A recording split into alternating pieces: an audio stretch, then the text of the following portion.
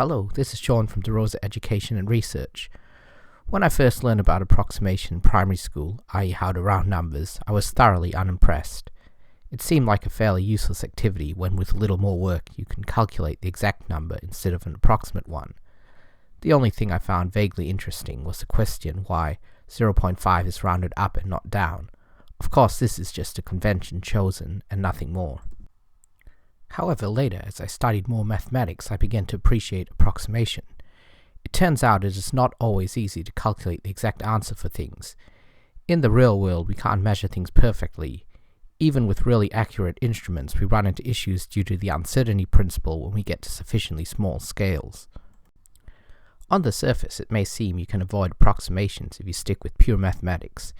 If you need to write pi or root 2, just write the symbol instead of some decimal approximation. Unfortunately, under the hood, the notion of approximation is heavily used in defining what these entities mean. Also consider calculus. The discipline relies heavily on the notion of a limit. When we look to the definition of a limit, we see it is a giant cat-and-mouse game of approximations. You have a desired accuracy called epsilon, and have to specify a bound called delta that will guarantee you are within the desired accuracy. At first, having to deal with approximations in pure mathematics may seem annoying, but it turns out they can be quite useful. Let's say I have a function and I want to show it has a property. An approach that sometimes works is to first show that all polynomials have this property. Then you show that the function can be approximated by polynomials.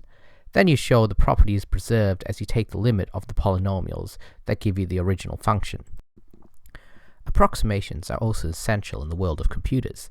This is because computers can only store a fixed number of digits.